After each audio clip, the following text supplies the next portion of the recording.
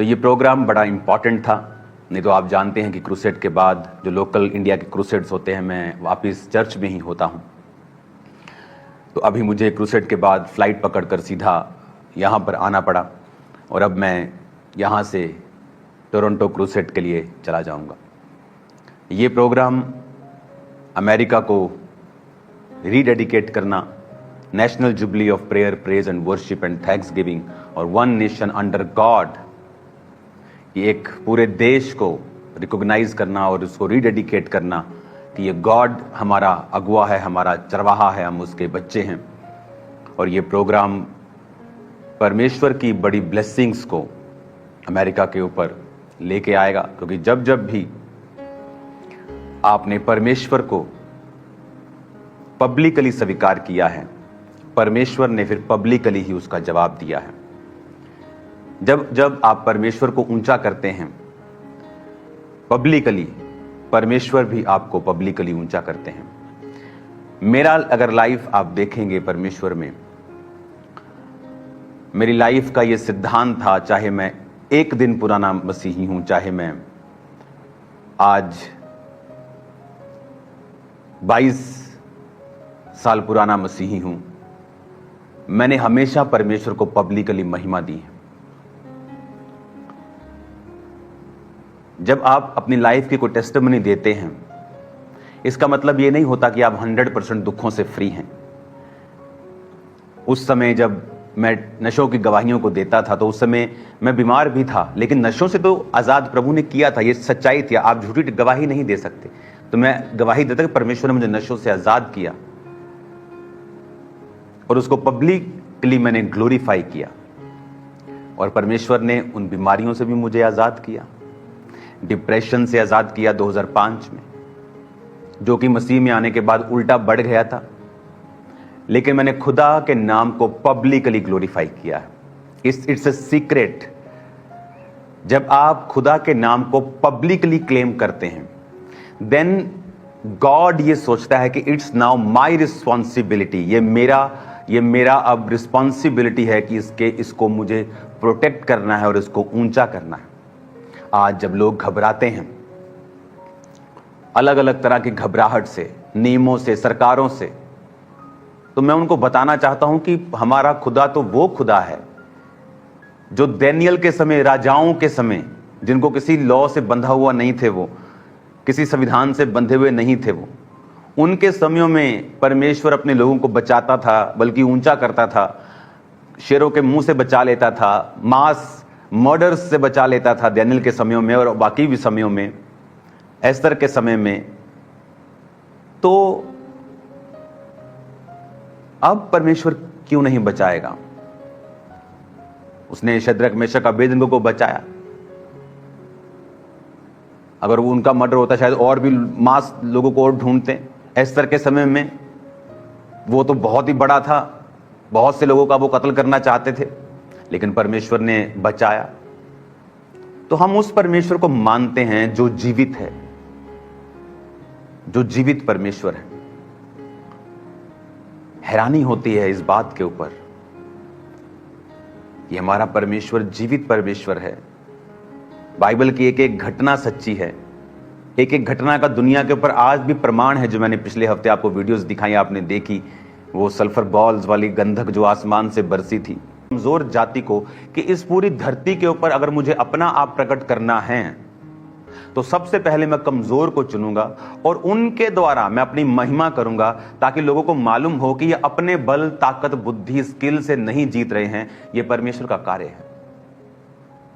Imagine आज की scenario को हम हजारों साल पीछे ले जाते हैं। तो अगर परमेश्वर अमेरिका को चुनता, वो स्ट्रांग देश है, सब बोलेंगे अमेरिका स्ट्रांग था इसलिए सबसे जीत गया। लेकिन आज अगर परमेश्वर सबसे कमजोर देश को चुन ले, जिसका नाम तक नहीं सुना, और फिर कहे मैं इस देश के द्वारा अपनी महिमा करूंगा और इस देश के द्वारा सब देशों के ऊपर मैं अपनी ग्लोरी को साबित करूंगा, अपनी मजबूती को साबित करूंगा, फिर महिमा होती है परमेश्वर की कि ये देश तो कुछ भी नहीं था, इसने कैसे इतने बड़े देश को हरा दिया, इसने कैसे इतने बड़े देश से। आप मेरी बात समझ रहे कि नहीं? उसी तरह परमेश्वर कहता मैं तुझको चुनता हूं। क्यों परमेश्वर ने इज़राइल को चुना? कहता तुम छोटे थे, तुम थोड़े थे। फिर बाइबल कहती है उन्होंने ए के राजा को, ओग के राजा को, बड़े बड़े राजाओं को उन्होंने मारा। वो राजा जिनके मतलब आप कह लो कि लोहे के ऊपर मुक्का मारने के बराबर था इनका लड़ना उन राजाओं से। वो इतने पावरफुल थे कि आज कोई छोटू सा देश कहे कि मुझे चाइना से लड़ना है तो सब हंसेंगे उसके ऊपर, मुझे अमेरिका, सब हंसेंगे उसके ऊपर। ये वो बात थी कि ये लोग जो अभी अभी मिस्र से निकले हैं, ये लेबर क्लास सभी लोग जो मिस्र से निकले हैं, लेबर करते थे वहां, ईंटें बनाते थे, ये कैसे राजाओं को मार रहे हैं? क्योंकि ये खुदा ने कहा मैं कमजोर को चुन के अपना आप उसके द्वारा प्रकट करूंगा कि जो अपने आप को मजबूत समझते हैं वो भी शर्मिंदा हो जाएंगे कि भाई साहब ये क्या हो रहा है। उन्हीं में से मैं एक हूं और आप एक हैं। उस खुदा के मास्टर प्लान को अपने अंदर सोखो, जरा समझो नहीं, उसे आंतड़ियों में बसा लो। आप उसे समझो, सिर्फ दिमाग से नहीं, हाँ नो, उसे खा लो, उसे अंदर आंतड़ियों में ले जाओ, उसे वेन्स में, ब्रेन में, हार्ट में, उसे ले जाओ अपने ब्लड में। जो मैं आपसे कह रहा हूं कि परमेश्वर कहता मैं एक कमजोर को चुनूंगा, अपने आप को उस पर प्रकट करूंगा, उसे मजबूत करूंगा और उसे इतना ब्लेस करूंगा कि उसके आसपास के मजबूत लोग भी उसके सामने पिद्दू नजर आएंगे। ये मास्टर प्लान है खुदा का। आज भी ये इज़राइल, वो आप इस बात को समझो जो इज़राइल के समय में होता था, पुराने समय में, दैट बाइबल सेज कि वो एक प्रतिबिंब था, यानी it was not God's master idea. वो मास्टर आइडिया जो जीसस क्राइस्ट के बाद शुरू हुआ उसका एक प्रतिबिंब था, उसकी एक जस्ट आप लगा लो कि उसका एक, जैसे हम बड़ा घर तैयार करते हैं ना, तो उसका एक हम छोटा सा, जैसे कॉलोनियां बनती हैं तो वो पूरी उसको वीडियो पे दिखाते हैं, फिर उसका ऐसे छोटा सा मास्टर प्लान भी छोटे छोटे घरों के साथ तैयार करते हैं। पुराना नियम वो है। अब मास्टर प्लान का समय है कि जीसस ने कहा मैंने तुझे चुना। अब मैं वचन को पढ़ूंगा।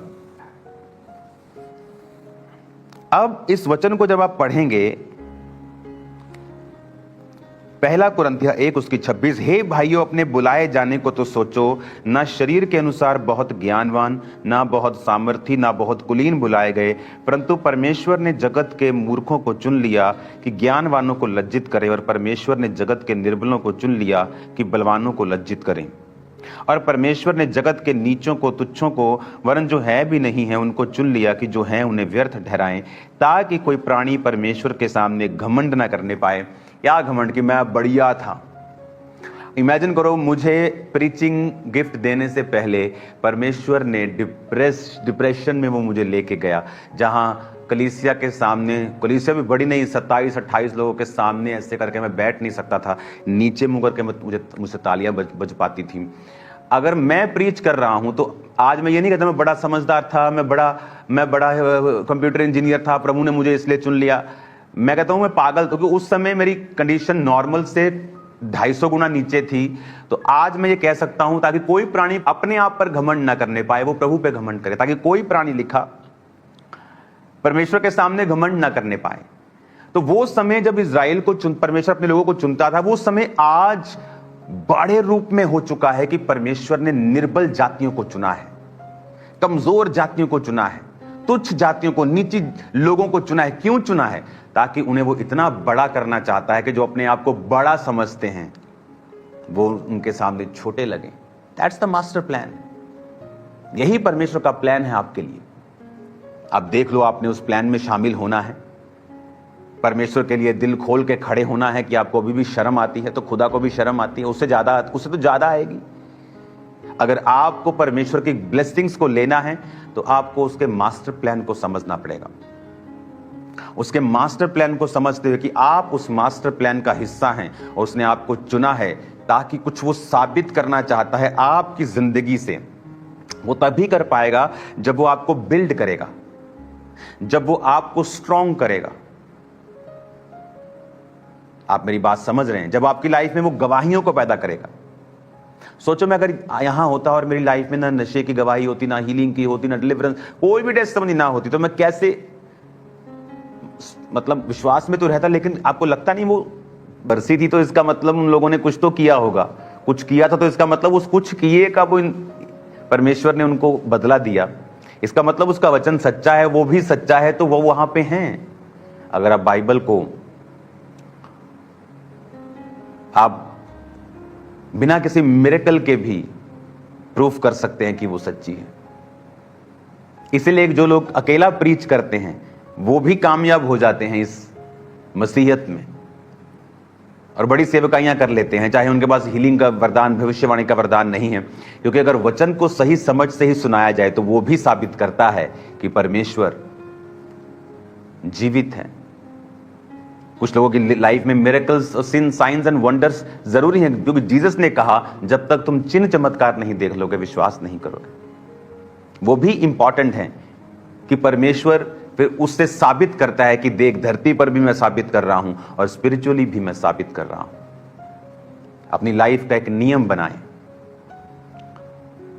अमेरिका एक नई ग्रेटर ग्लोरी पे आप उसे जाता हुआ देखेंगे। नो मैटर लोग क्या कहते हैं, मीडिया क्या कह रहा है, वो छोड़ो वो सब बातें। मैं आपको सच कह रहा हूं, अंदर की बातें आपको बता रहा हूं।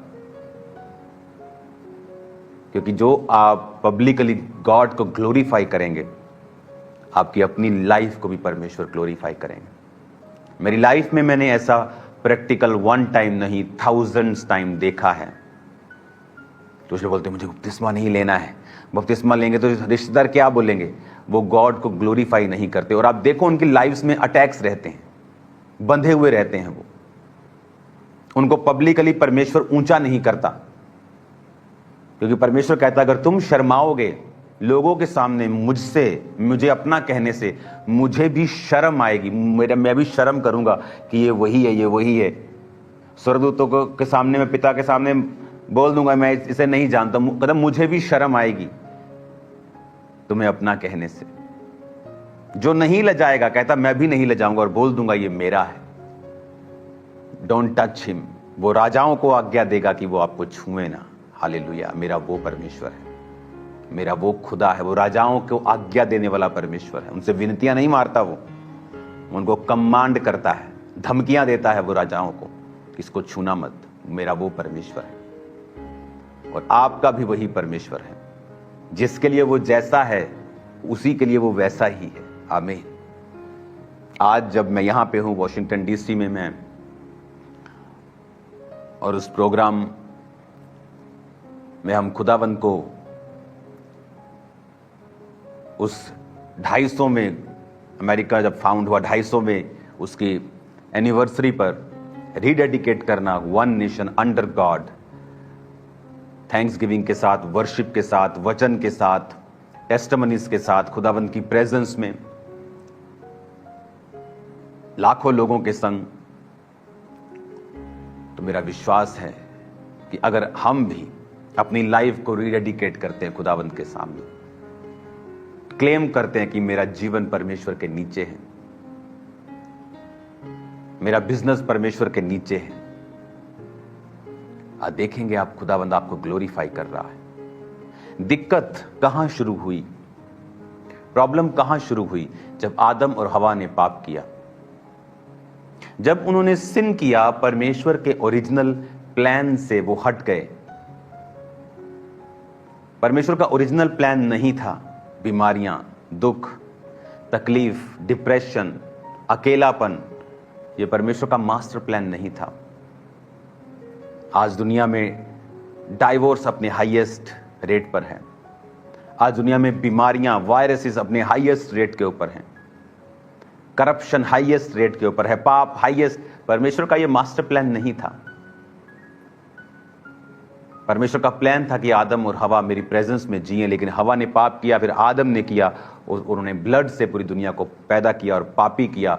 और आज जो कोई यीशु मसीह को अपना उद्धारकर्ता ग्रहण करता है, पब्लिकली उसे क्लेम करता है, वो उन्हीं कर्सिस और श्रापों से छुड़ाया जाता है। जिस तरह मैं छुड़ाया गया, आप छुड़ाए गए, बहुत से लोग आपसे छुड़ाए गए। आमीन। आज हमें यह समझने की जरूरत है हालेलुया, सबको जय कि मसीह। परमेश्वर जब देखिए आपको अमेरिका देखता है में डोनाल्ड ट्रंप के द्वारा वो प्रभु आपको यीशु मसीह इंडिविजुअली के देखता महिमा है होने जा रहा है, जो वहाँ पर हमारे कि परमेश्वर आपके के जीवन दास में परमेश्वर के अपोस्टल जी वचन की वहाँ महत्वता प्रचार क्या है। करेंगे, वहाँ हीलिंग होगी, वहाँ जब परमेश्वर आराधना ने होगा, इज़राइल को चुना तो प्रार्थना होगा, परमेश्वर ने बड़ी कहा मैंने सभा तुझे होगी, इसलिए नहीं चुना कि तू लोग बहुत इकट्ठे बड़ा था। होंगे, लोग तू परमेश्वर की सब महिमा जातियों में सबसे करेंगे। छोटी जाति थी, यानी आप जो स्मॉल कोई थे वहाँ बहुत पहुँच नंबर्स में। सकते हैं, वहाँ के लोग हैं, तुम वहाँ पर कमज़ोर थे आए और और परमेश्वर की मैंने तुझे महिमा करें इसलिए और चुना बड़ी आशीष को पाएँ। और डोनाल्ड ट्रंप को बहुत आगे लेके जा रहे हैं। परमेश्वर के दास के द्वारा ऐसा कहा गया है। परमेश्वर के दास ने कहा है कि डोनाल्ड ट्रंप बहुत आगे जाएंगे, बहुत ब्लेसिंग में जाएंगे। हालेलुया, हालेलुया, सबको जय मसीह।